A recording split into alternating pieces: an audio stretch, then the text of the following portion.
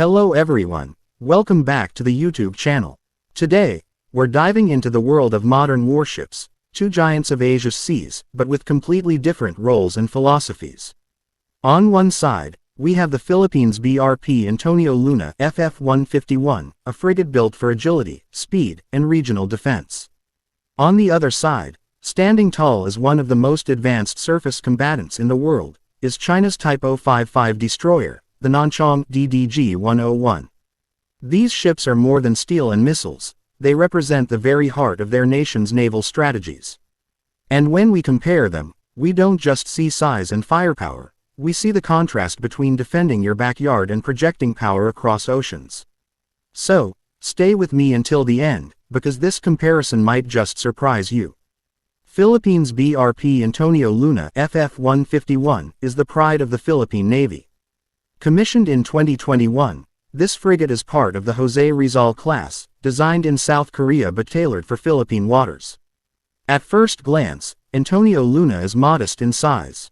It displaces just under 3,000 tons, measures about 107 meters in length, and carries a crew of around 65. That's small compared to global destroyers, but don't be fooled, this ship packs more than enough to keep an eye on the country's massive exclusive economic zone, protect its islands, and respond quickly to regional challenges.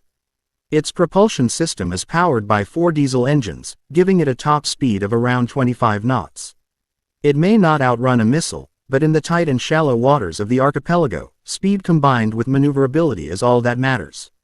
For the Philippines, this frigate isn't about dominating the oceans, it's about being present, ready, and reliable. China Type 055 Nanchang DDG-101 is a different story altogether. Commissioned in 2020, it's often described as the crown jewel of the People's Liberation Army Navy. At over 11,000 tons and stretching 180 meters long, Nanchang dwarfs most destroyers in the world. Its sheer size allows it to carry an arsenal that smaller ships can't even dream of.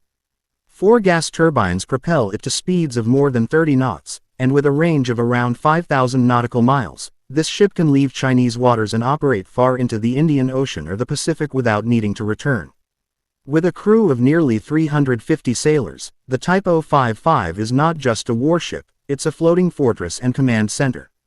Philippines BRP Antonio Luna FF-151 carries a weapons package tailored to the country's needs.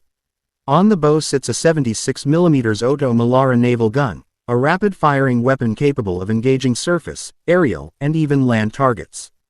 Supporting it is a 30mm Aselsan cannon and heavy machine guns for close encounters. But the true teeth of Antonio Luna come from its missile systems. It's equipped with Sea-Star surface-to-surface missiles, South Korean in origin, with enough range and accuracy to deter or even strike larger ships if necessary. For underwater threats, it has triple torpedo launchers capable of firing Blue Shark lightweight torpedoes, perfect for hunting submarines in coastal waters. And with a helicopter deck supporting the AW-159 Wildcat, the frigate extends its eyes and ears into the sky and the deep sea.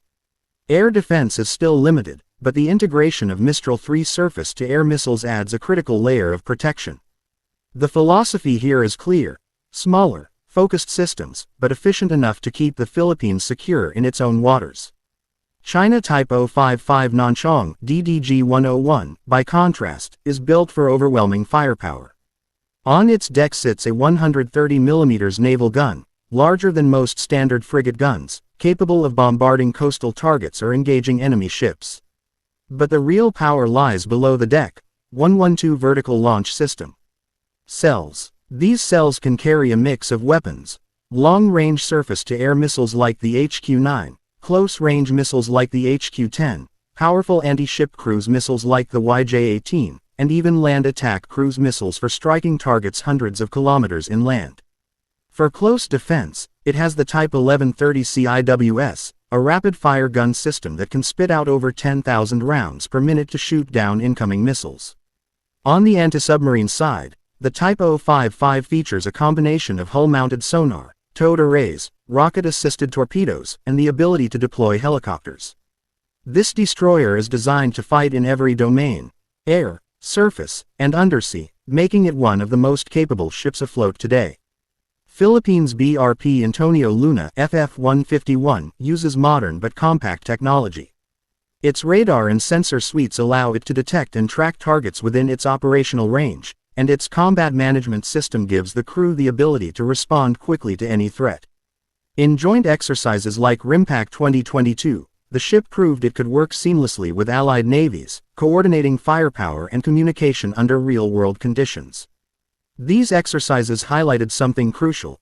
Even if Antonio Luna doesn't have the biggest guns or longest-range missiles, when linked with allied ships, aircraft, and satellite networks, it becomes a critical part of a much larger shield. China Type 055 Nanchang DDG-101 pushes technology to another level.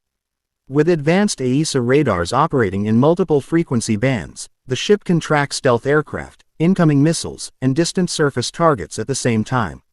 It's essentially a moving radar station. Connected with China's satellites, drones, and airborne early warning planes, Nanchang can operate as the nerve center of a task force, feeding data to other ships and coordinating attacks across vast distances. Its electronic warfare systems are designed to jam enemy radars, confuse incoming missiles, and protect the fleet in high-intensity combat. This ship is built for tomorrow's wars, high-tech, high-speed, and far-reaching. Philippines BRP Antonio Luna FF-151 represents the strategy of a nation that prioritizes defending its maritime borders. The Philippines faces challenges like illegal fishing, territorial disputes, smuggling, and disaster response. For these tasks, Antonio Luna is more than enough. It's fast, efficient, and cost-effective. Most importantly, it shows the flag in disputed waters, reminding both friends and rivals that the Philippines is present and watching. When combined with alliances, training, and joint exercises, a frigate like Antonio Luna becomes a key tool of national security. China Type 055 Nanchang DDG-101 represents something much bigger: global ambition. This destroyer is not only about defending China's coastline, it's about escorting aircraft carriers into the deep ocean, patrolling far from home, and signaling to the world that China's navy can operate anywhere. In carrier strike groups, the Type 055 serves as the shield, protecting high-value ships with its advanced air defense and radar systems. Alone, it can project power by launching long-range missiles against enemy ships, aircraft, or land targets. For China, this ship is about presence, deterrence, and influence. When we compare the two, the contrast is striking. One is small, agile, and designed for regional defense.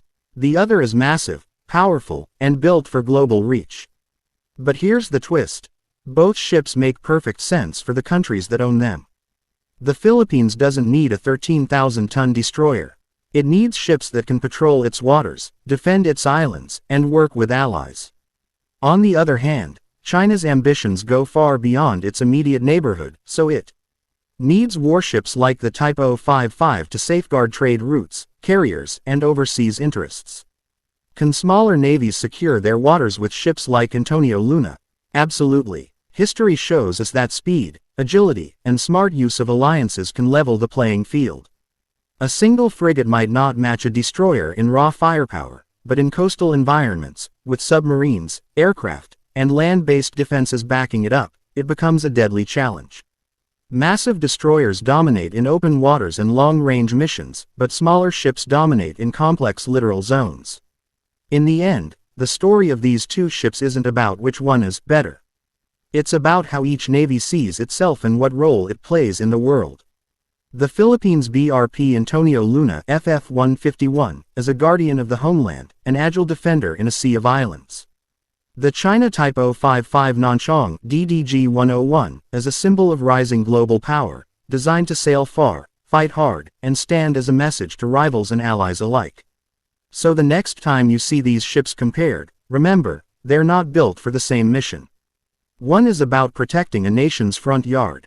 The other is about projecting strength into someone else's backyard. And that contrast tells us everything we need to know about naval power in Asia today. Thank you for watching. If you enjoyed this deep dive into modern warships, don't forget to like, share, and subscribe for more military and